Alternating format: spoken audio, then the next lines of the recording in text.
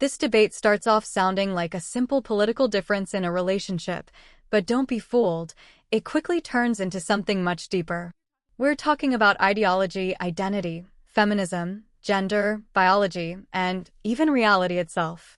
At first, it's light, can you date someone with different beliefs? But then the conversation escalates into defining what a woman is, and that's where everything changes.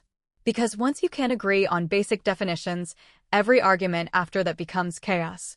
Watch closely, this isn't just a debate, it's a full-on collision of worldviews.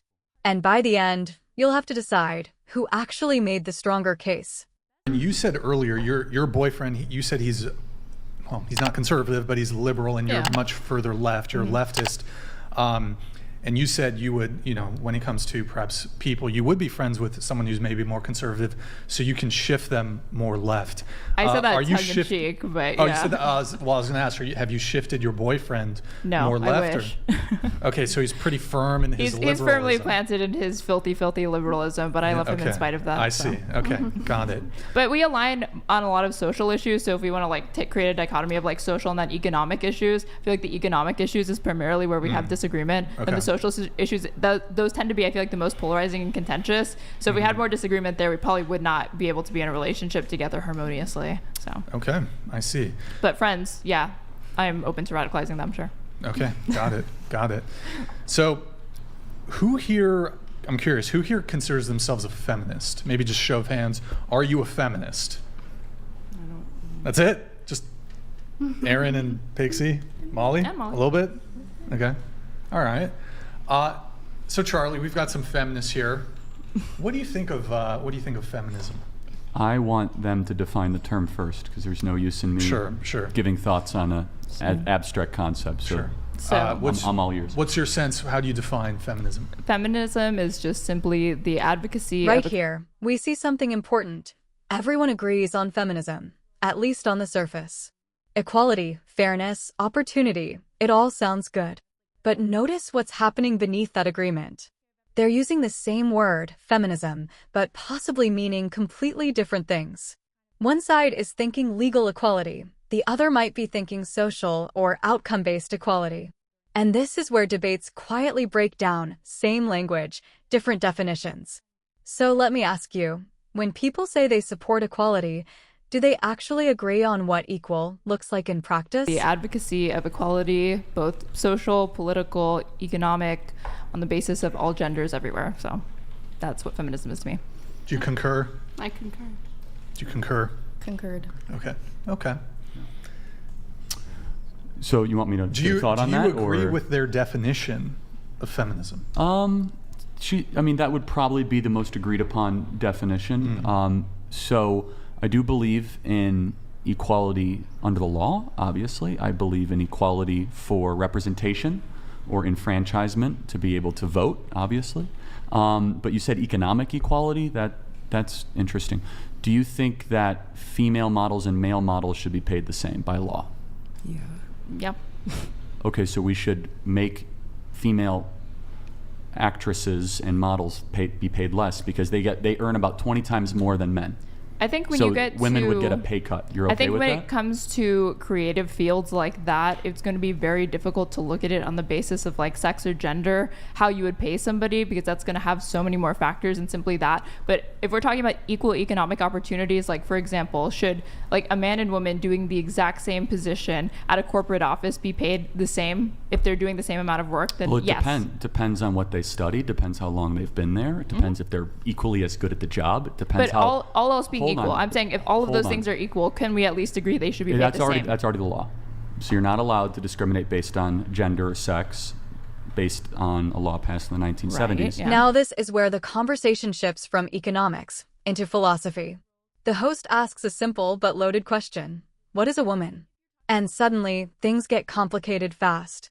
Notice how the answers move away from biology and into identity, social roles, and perception. And here's the key tension. One side is looking for a clear, objective definition, while the other is offering a flexible, experience-based one. This isn't just disagreement, it's two completely different ways of understanding reality. So here's the real question. Can you have a meaningful debate if both sides are operating on totally different definitions of truth? 1970s. Right, yeah. However, what is now being tried to be passed through other movements is to try to swoop in and say, regardless of qualifications, how often you ask for a raise. So I'll ask a question. Why do you think, for example, the average male, it looks as if they earn more than an average woman in a city? Is it because of sexism or other factors?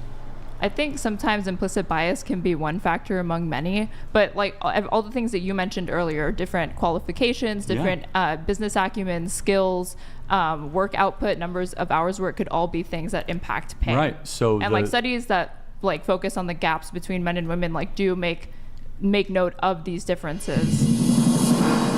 Okay, SkizTech, thank you for the gifted 100 subs. Charlie, do you have a response?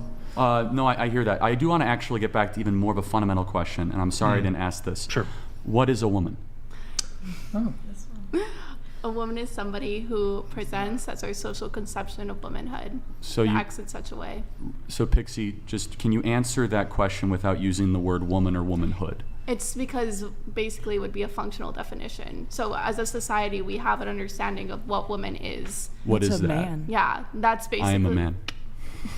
Well done. Can you elaborate? XY chromosomes. Okay, but the problem with that is that I didn't check your chromosomes before coming in here and calling you a man, and you didn't check my chromosomes before coming in here. Or genitals. Or genitals, calling me a woman. So let me just play this out. So first of all, you can't give me a definition without using the word woman. That's a functional definition. Yeah, sure. Do you know what functional definitions are? I'm very well aware, and you should have a functional definition for the most important question in civilization, No. right? Well, the point of a functional definition, functional definitions are a definition that is by the function of something. So, like for example, No, there's an objective 1 equals definition. 1 is one is a function of 1.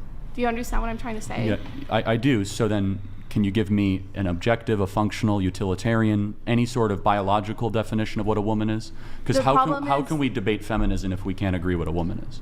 I would even I feel like Pixie's definition absolutely satisfies the definition of what constitutes womanhood, but I would define it only slightly differently, which is that it's a person who performs a set of social roles that are typically associated with feminine characteristics, but not necessarily, because there are even cis women who fall outside of this, and we still consider them women nonetheless. Like butch lesbians, for example, are women that exhibit very masculine characteristics, but nonetheless society understands them to be women. So I find cis to be a very offensive word, by the way. I don't know how you feel about the cis. I think it's hate deeply about speech, that. to be honest. I didn't mean to trigger you, Brian. I would have given you a trigger warning before if I had known. So do you think anyone can become a woman? Yep, but not anyone will. Okay, so then at what point do they become a woman? It will depend on where they are in their gender transition for the most part. Does it require drugs to become a woman? No. Personally, I think it's a mindset. It's a spiritual energy. It's the vibe that you give off. You know, like the vibe. This is where things get even more intense and, honestly, more controversial. The idea that being a woman is a mindset or energy gets introduced. Now, whether you agree or not, you have to admit, this creates a logical challenge. Because if identity is entirely based on feeling, then where do we draw the line? The host immediately tests that logic with the age comparison, and you can feel the tension rise. This is classic debate strategy. Take an idea and push it to its extreme to see if it still holds up. So, what do you think? Does identity based on feeling have limits, or is it completely fluid? The vibe. Before we continue on, I want to just give everyone an opportunity to answer totally fine. To answer Charlie's question, I know you two had already answered. What is a woman? Starting with you, we'll go around the table. Go ahead. Can you skip me? We'll come back to her. I'm a woman. That's the best answer. That's the one that Ketanji Brown Jackson should have given in front of the Senate. So come back to you? Or? Yeah, come back to me. Let me Sure, brainstorm okay, on go that. ahead. Same. I'm a woman. What is a woman? Like, I don't. What about you? Can I have you tilt your mic down just a tad? Of course. Perfect, go ahead. Right there. Yeah. I'm a woman, but I also do think that a woman is someone who identifies as a woman, and that's that. I mean, theoretically, it's someone who's born with a womb, but this generation obviously has proven that men can turn into women. So I'm not discluding that. I still think that they should be perceived as what they're portraying themselves as. But technically, I still think trans girls, they are a version of a man, but they can still be classed as a woman, which is a bit tricky, but yeah. Molly? I'll say the same answer. I think what constitutes as a woman is the energy that you give off and that you want to put out into the world. So if being a woman or a female is a mindset, can your age also be a mindset? Can you choose to be, can you just say I feel 14, which is a classifiable mental condition, by the way, So I will say, yes, I know people that act way younger than they actually are, and they love acting way younger than they actually are. And I know people that, act way older than they are, and they pride themselves in that. And I think... Okay, fair enough. So if a 35-year-old man claims he's 14, should we have any problem if he wants to have sex with another 14-year-old? No. I'm not saying that you should... Probably should have a problem, I think. No, I'm not saying that they should be able to have sex, but they can state, I feel 14. Right. They're allowed to state that. Okay. Grid 1 Motorsports donated $200. The man who owns it paid himself 1.3 mil a day last year. He loves feminism. Today men acting female can be better women than real women. Feminism has failed you. How can the patriarchy help you today? That was beautiful, Grid 1. Thank you. Appreciate it. Yeah, he's so going back. But if your identity is an energy or a feeling that can change, why would it be wrong for a 35-year-old to say he's 14? Therefore, because he's not. But then how is someone who has male parts a woman if he's not a woman? That's two different things. It's Why? different because It's a mindset, isn't it? Time. Your age isn't a mindset. Yeah. I mean, but then why is your sex or your gender a mindset and your age isn't? I don't know which one is which. One of you could probably say, but sex and gender. Do you agree? Is different. At least acknowledge that sex and gender are two separate things. So that's what I was going to say. There are 0 genders, 2 sexes, and infinite personalities. Well, Okay. Gender doesn't exist. What do you mean? Okay. Sex does. So the parts you're born with is who you are. How does gender not exist? It's a 1960s clinical term, largely made out of the Academy of John Clinical? Money and Alfred Kinsey and many postmodern child psychiatrists, many of whom, by the way, were not really great people, but we don't have to go into that. But gender is a new term of the last 50 or 60 years. So, yeah, but it still exists. but personalities exist. We can agree with that. Proclivities or interests or likes exist. So by that definition, then if you're a woman or a man, is your energy. It is your personality. Well, yeah, the goal, or what used to be the case, is the vast majority, 99.9% of all people, their biology and their reality, or how they viewed their reality, I should say, were in alignment. And now that's not so much the case. So now the conversation moves into real-world consequences, and this is where it stops being theoretical. We're no longer just talking about definitions. We're talking about medical decisions, minors, and long-term effects. One side is arguing for caution, emphasizing potential risks and irreversible outcomes. The other side is pointing out that there are people who benefit and feel happier. And this is where the debate becomes genuinely difficult, because both arguments are appealing to harm and well-being, just from different angles. So here's the question. When evidence is still evolving, should society move fast or proceed carefully?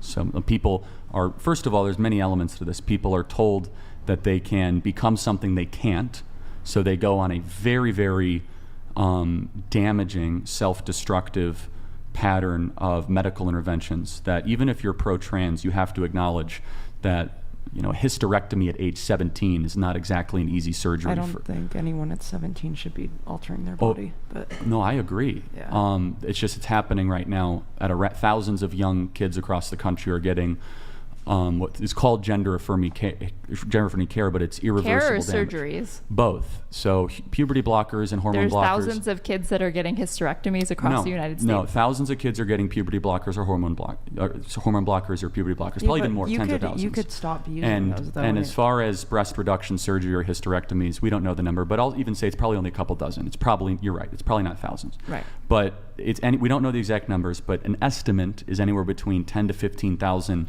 minors, and is growing, are currently receiving monthly doses of hormone replacement therapy, estrogenic therapy. Yeah, but you can stop those and be like... Well, that's the question, right? There's a lot of detransitioners that are speaking out that are not able to puberty is not an assembly line that you could just push a button and restart. That is a increasingly disproven scientific theory right now. Chloe Cole is one of the most famous detransitioners, who she's in her 20s and she was sold a bill of goods, and when she was 16 she said, I think I'm a man, and she went on a very, very aggressive regimen of hormone blockers and puberty blockers, and she has huge regret, and hopefully one day she'll be able to have children again. But it gets back to a question of so I'm just making a point, though, that these ideas have consequences. It's more than just a silly question. Oh, what is a woman?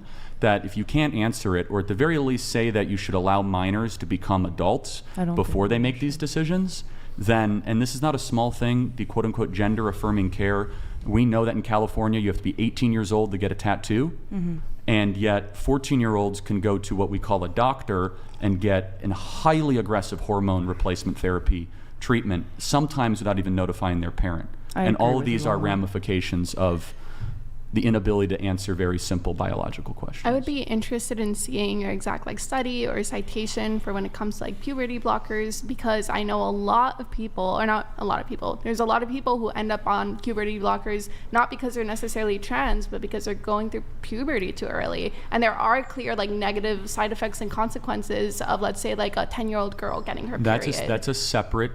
you're right. But it's used on cis children. I think what you're talking about is precocious puberty. But it's not used on perfectly healthy, physically able-bodied children, right? So there's a great book that I guess we have Modest to do this. Hikima donated $200.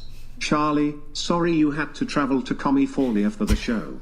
My boy did you dirty by putting you next to the demon. WTF? I don't think you're a demon, by the way. Props on the new Rick Rickson. Okay, well, maybe you are a demon. May Christ be with you are brain dead. Sad.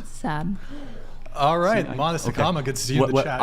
I'll reference one book, and she's a non-political doctor. Her name is Dr. Miriam Grossman. It's a book called Lost in Transnation. She has treated, not just theorized. She's a clinician and a physician, not just someone who writes abstract medical journals. And she is one of the most outspoken people against what is called gender-affirming care, and she's treating hundreds of kids that are now damaged by this. Detransitioners exist, but what do you say to the thousands of trans people that actually report happiness and being healthy after they receive gender-affirming care? Don't doubt that in the short term, testosterone therapy from someone who has a fair amount of testosterone, it can make you feel confident. It can make you feel better in your skin. That is not a lasting effect, though. But it is for some people. Well, the suicide rate. I can't say that word. The self-harm rate after 8 to 10 years actually goes up. It nearly doubles, and we're still studying it. That's the other point. Is that I'm not going to throw around a lot of studies here. And they very well might be right. It might have helped them individually, but let me give you an example. If a medication is on the market and it harms 1 in 250,000 people, for example, Robitussin. You guys ever take Robitussin? No. No, it's a cough thing. It's they found that one of their lots of Robitussin last week might have been contaminated, and they did a massive recall, right? And it was just a whisper of it. Okay. The point that is in medicine, the first rule used to be first do no harm. And the fact still is, right? No, they've changed it. The Hippocratic Oath? They've changed it, yeah. They have. Who's they? The American Medical Association and a lot of the medical institutions. It's similar, but it's not the same. They've been changed by woke ideology? Well, you'd be surprised, actually. The medical industry's been taken over by a lot of radical forces. All doctors are woke now? Well, for example, when they were giving monoclonal antibodies in the city of New York, they were prioritizing people based on the color of their skin. Black individuals in New York got monoclonal antibodies above their white counterparts. Was it based on the color of their skin, or maybe their background related to their socioeconomic status? It was racial, but I don't want to get too deep into that rabbit hole. But the point that I'm just trying to make is that in medicine in particular, you must have a cautious approach, even if there were pluses and positives, which might very well be true. If there's even a 1%, a 2% adverse event, you pull the drug immediately, because you first do no harm. If there's something that is actively damaging a society, and it's now a certifiable fact that we see thousands of young kids are being told that they can transition, when in reality they have other underlying issues that we should address. Depression, trauma, anxiety, or they're on the autism spectrum disorder, and they get mislabeled on whether a TikTok video or some sort of other thing makes them feel as if they might have, a transgender issue when they very well might have other issues that need to be addressed. 1 in 27 men are young boys are autistic. Anyway, sorry, I don't mean to totally fine. I just had a quick question for you two, since you guys had pretty strong positions on this. Can men get pregnant? Grid 1 Motorsports donated $200. If we want to talk numbers, then honesty requires we first admit that gender dysphoria is a mental condition which should be treated first before any physical treatments are given. Accuracy matters. All right, Grid 1 Motorsports. They no longer call it gender dysphoria, unfortunately. I would actually make your argument for you. They don't even call it a medical condition. They call it, I actually don't even know what it's actually called. Gender dysphoria used to be the clinical term, but they've changed it since. So yeah, that's right. But I can go deeper into that. The old way we used to treat this is called watchful waiting, where we believed that puberty was the solution, not the problem. And almost every single case, and Europe was actually the pioneer of this, is that when you allow puberty to play its course, these individuals, they might end up being lesbian or gay, but not transgender. And that's a completely different thing that doesn't require hormones or eventually antidepressants on top of it. I'm sorry, Pixie, you were going to say something. So. Yeah, my question was, can men get pregnant? Two things. I would say if you're a biological male, if we're going to define... This moment right here highlights the core clash, biology versus identity. One side says pregnancy is strictly biological. The other introduces the idea that identity can redefine categories like man and woman. And again, we're back to that same fundamental divide. Are these terms rooted in physical reality, or can they expand based on identity? What makes this powerful is that both sides believe they're defending truth. They're just defining it differently. So let me ask you directly, should language adapt to identity, or should identity adapt to biological definitions? If we're going to define male through biology or whatever, then no. I do want to push back on some things that I heard earlier. Well, before you do that, go ahead. Aaron, do you have a answer to the... I would say yes, because anybody who has a uterus has the capacity to give birth. So for example, a trans guy who gets pregnant, yes, would be a man who is pregnant. But if you're talking about a man who is assigned a man at birth and does not have a uterus, then no, he doesn't have the ability to get pregnant. You look at me like I'm crazy or what? Do you disagree? But a lot of women... So do you want to know why young men are going away from the left? That's why young men are leaving the left. Why? Because what you just said is... Because they're uncomfortable acknowledging reality? Some trans men can get pregnant? What you just said is at war with reality and, massacring... a lot of women can't get pregnant either. Vocabulary. So that yeah, exactly. It's just a question, I'll let you come in just a sec, Pixie. Which one of you referenced chromosomes? Me. Is that you said? You didn't check our chromosomes, right? Yeah. Well, people understood what a woman was before chromosomes were discovered. So the definition does not require this type of abstraction. People understood what a woman was on the basis of the societal norms at the time, generally speaking, right? Well, it's more precisely, it's about the gonads. If you were at any point in your life going to produce large gametes, then you're a woman. How society, at least most societies as well, outside of Western as well, but even Western, we can make this argument. What they would look at is the way that a person is necessarily performing. So what is their role? That's why you have the idea of non-binary, third gender, et cetera, because there have been people also who have not performed their role as a male or female. So they're put into the third category, third sex, whatever. So I would argue that for the vast majority of human histories and societies, what they look at is what is your performance. And that maps on to what we do now, because we don't really look at biology, we look at people act. That's why, let me finish. Go ahead. That's why we also, the terms less manly, he's less of a man than him, or she's not that womanly, makes sense. If gender was truly a binary, those words would make no sense. It would be like cat and not cat. That doesn't, you can't have a in between, really. And the same thing applies for gender. There is a spectrum there. That's why the words less womanly, more manly, less manly make sense to us. And all of those things are fluid throughout time. What constituted masculine tendencies or behaviors will be different now than it was several years ago. Or even things like colors. For example, pink used to be considered a masculine color. Pink is no longer really considered a masculine color. It's considered a feminine color. So there was never anything inherently masculine about the color blue or the color pink or anything like that. That could always change at any given point in time. Do you think that male brains and female brains, or men and women brains, are different? Wired differently? There are differences between male and female brains, but I believe it's a matter of like statistical averages of like gray matter. There's not going to be like distinct anatomical features that differentiate a female brain from a male brain. Really?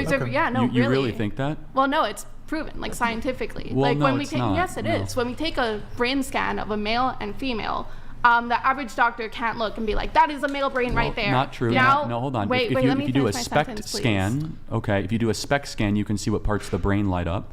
And in a woman, the basal ganglia and the amygdala is far more active, which is the inner thought matrix. Women have a far busier inner thought life than men do. Would you guys agree with that? I agree. Right, I was but- gonna say it's very. So that's not true. It's very well known that like men generally are more on the logical side of things, and women are more on the emotional side of things. And I think that has a big role, or the way that our brains are wired has a big role to play. I'm not saying that if you took babies who were completely unmolded, that their brains would look different.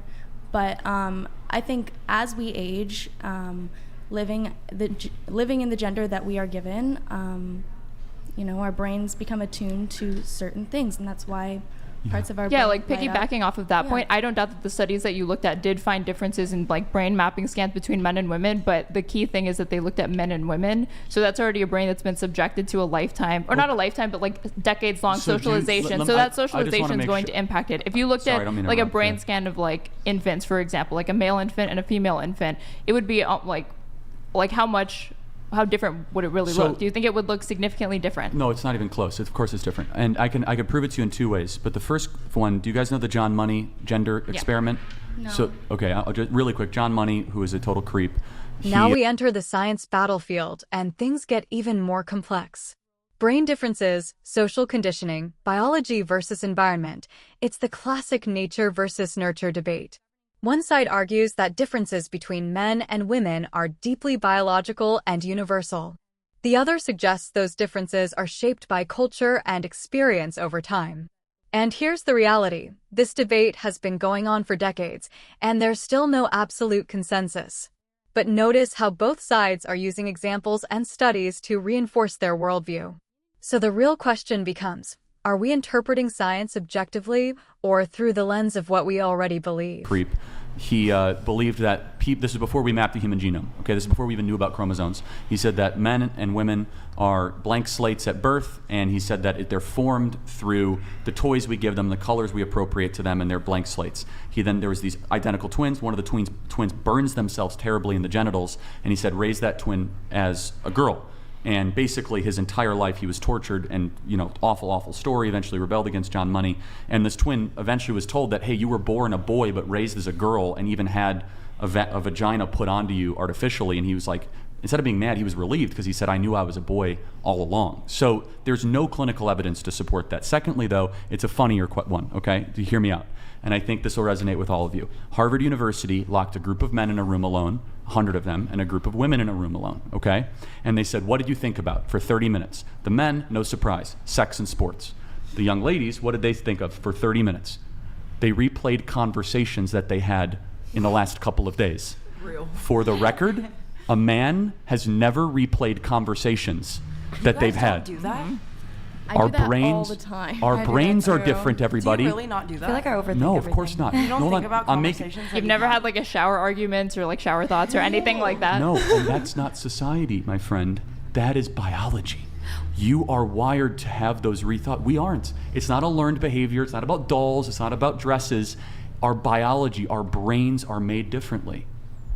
You've I don't really think never anyone's thought about disputing a that we conversation have after? like different. We don't Yeah, no, replay I any agree with that. conversations. Ever. Men I don't. agree with never that, but like done that. The thing Am I trans? Because sometimes sometimes I will. You gotta go on Very hormone rarely, blockers. though. Very rarely. Sometimes, occasionally.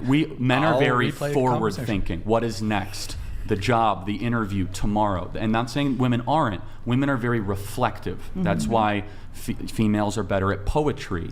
Women are better at the more relational type aspects of being a nurse or an elementary school teacher. Again, that's not learned behavior. There is a biological element to it. And it starts with, we don't even understand the brain as much as we can. We understand like 1% of 1% of it. But I think that study and your reaction affirms it. Because if I had a group of men around you, like, what do you think of when you're alone? Like, I just think of the NFC Championship game, the stock market, and all the women I've been with or the women I want to be with. it's a little different. Do you think if they had conducted the study in a different country, that the men and women would have given the same answers? Yes, I think that these things are universal. And I mean, I can't say to that, that would be my speculation, that the men in Iran are thinking about soccer and Persian women, and the women are thinking about, what's going on in their local neighborhood. These things transcend continent, they transcend culture, and we know that because one of the arguments that you were making is that, well, at the fundamental root, these are learned and acted, these are put on by Western society, but you go into African villages, like very poor third world African villages, they don't even have a term for transgender. The idea that a man can become a woman or a woman can become man, this is a uniquely Western phenomenon that is born out of the academy, born out of college, that I will say, and I think we could agree, is largely they prey on people that have other underlying issues, and then it gets built on top of that. Autism spectrum disorder, depression, anxiety, some other sort of bipolar, schizophrenia, trauma, things of that nature. There's a couple of things to push back here. Brian. If you can, quick. I don't mean to monopolize. I'm sorry, Pixie. No, it's okay. There's a couple of things. I do want to push back on that because there are communities and cultures that we could search up right now in China, India, various Native American histories that have recognized the idea of third gender or outside gender that doesn't fit into this binary. So I wouldn't say it's just Western. That is and then true. on top Wait, of that, let them answer. No, you please continue. You are right. I can address that at length. I don't think it's fruitful. Okay, Keep going. Go ahead. Okay. You're not wrong. And then on top of that, you gave a case study. I kind of want to give a case study back. NPR did a article on this. I can't remember the name, but basically it was about a person who felt gender fluid. And when they felt like they were a man and they did things like spatial recognition or other tests regarding that, they would score like a man does, higher than most women. But when they got into the mindset of being a woman, they would score higher in woman-related tasks. So yeah, it does come back. You're saying this is all predisposed biology, but there might be something to be said about oh no, if you're thinking like a man, the mindset of a man, maybe that's more in tune with certain ways of thinking versus thinking like a woman. That doesn't mean it's all 100% biological basis. It means that hey, if you're raised to think in a certain pattern, you're going to perform in that pattern. I agree. I mean, if a society can mold you, of course, but you're dealing with very powerful raw material that's underestimated in the current cultural conversation, and you can only guide that raw material so much. So let me ask another hypothetical. I'll just tell you, if I sit down with men, what do they always talk about? They talk about macro concepts, big things, stock market, sports, things that are very, let's just say bigger than individual. Women, if you sit down, they'll talk a lot about conversations or relationships, their kids, very micro. This, one of the reasons why men and women brains are different, and they continue to be different, is there's different skill sets. And I think we can all acknowledge that. Men are better at some things than women, and women are better at some things than men. I don't know why that is a wildly the way that you frame it is women are awesome at small talk and sewing or whatever, and then men are just awesome at the stock market and being CEOs. Let me ask you a question. I don't think these are. But hold on. You see them equally. Let me ask you a question. Why is it that the International Chess Foundation doesn't want biological men who believe they are women to compete with women? They say that will not allow trans men into the female category. Why is that? I can't speak to that, but if you're going to talk about representation being the thing that lets you know that men are obviously smarter, you could break this down to race. I never said smarter. I said different. Then different. Women. Okay, then we could say this. My wife does things with my child that I can't even dream of doing, such as having an intuition, compassion, empathy. She can operate on 30 minutes of sleep. I need 8 hours, or else I'm like a Don't underestimate yourself, Charlie. Hold I on think a second. You No, could hold on. No, women have a different giftedness, I believe, given by God that is completely different than men. I never said smarter.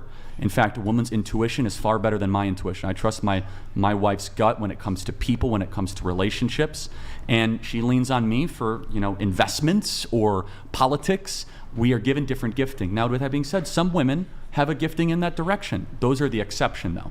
There is a general rule, and the general rule is that women are far more gifted at people and caretaking and the intimate. I don't mean that demeaning or derogatory. I never use the word smarter or dumber.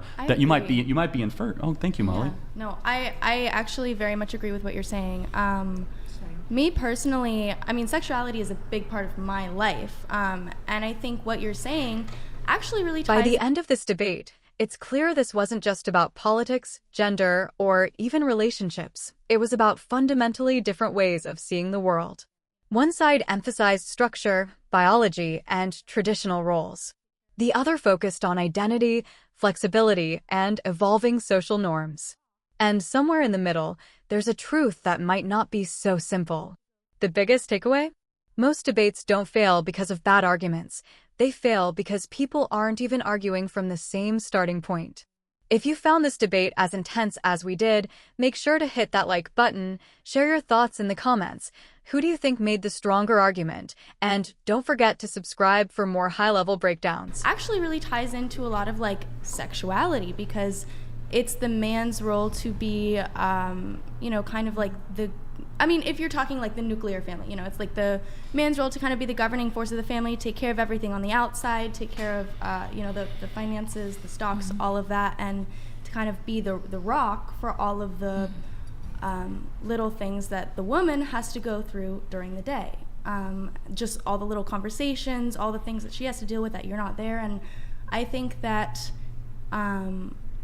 it's a really beautiful thing, like yin and yang, like there's beautiful parts of men that complement women, and there's parts of women that complement men. And the best thing is there's things that women can do that men cannot, and there's things that men can do that women cannot. And I think that the issue is we try and figure out like who's better, who's more powerful, who can, who gets to say what happens. And I think that the issue that's really dividing, and the beauty comes when you kind of bring those skills together. That's wonderfully said, Molly. That was beautiful, Molly. Let me